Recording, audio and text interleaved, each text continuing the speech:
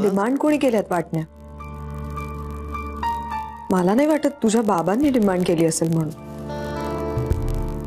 नाही नाही, त्यांनी नाही. आमची जमीन आहे गावाला, म्हणजे कोकणात. गेली अनेक वर्ष माझा काका सत्यजित काका आणि त्याचा मुलगा समीर तो ती जमीन बघतो. ऍक्च्युली माझ्या आजोबांनी ती जमीन घेतली होती. त्यांनीच ती कसली, वाढवली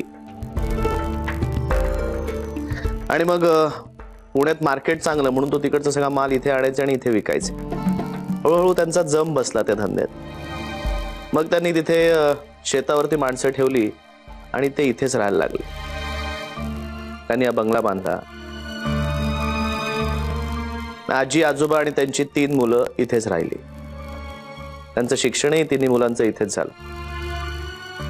मी सत्यजित काकाचं लग्न झाल्यानंतर तो काही वर्ष इथेच राहिला होता. मग कदाचित काकूने सांगितलं असेल म्हणून ते गावाला शिफ्ट झाले. रणजित काका इथेच होता येऊन जाऊन आणि बाबा गेला US ला.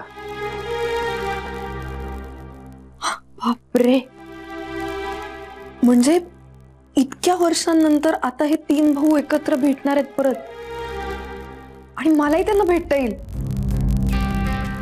म्हणजे बघता येईल सगळ्यांना एकत्र. तुझी आई पण येणार आहे का तेव्हा? नाही नाही, तिला या प्रॉपर्टी मॅटर्स मध्ये रसच नाहीये. तिचं बरं चाललं असणार. या सत्यजित काकाच्या मुलाला समीरला मी गेल्या अनेक वर्षात तो काळा की गोरा पाहिलंच नाही, आठवतच नाहीये मला तो. प्रधान सर म्हणतात की बाबालाही काही याच्यात रस नाहीये. हे मॅटर पुढे कोर्टात जाणार, मग वाद होणार, म्हणून त्याला त्याच्या आधी संपवायचंय म्हणून तो आलाय. पण प्रधान सरांचा काय संबंध? त्यांना का माहिती आहे यातली एवढी? प्रधान सर आणि माझा बाबा हे चांगले मित्र आहेत म्हणे.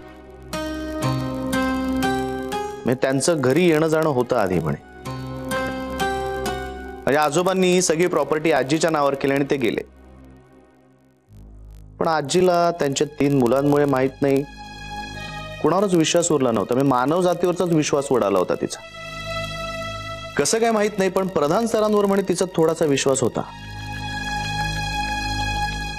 तिने एक मृत्यूपत्र तयार केलं आणि ते प्रधान सरांकडे दिलं. तिची अशी इच्छा होती की हे सगळ्यांसमोर वाचावं. ओ, म्हणून तू त्यांच्याकडे ज्युनियरशिप करतोस ना? छे, तो निव्वळ योगायोग आहे. मला माहिती नव्हतं की माझा बाबा आणि प्रधान सर इतके चांगले मित्र आहेत.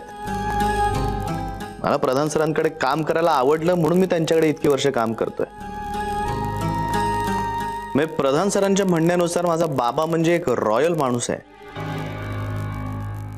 कन्फ्यूज झालोय. मी नक्की खरा कोण आहे?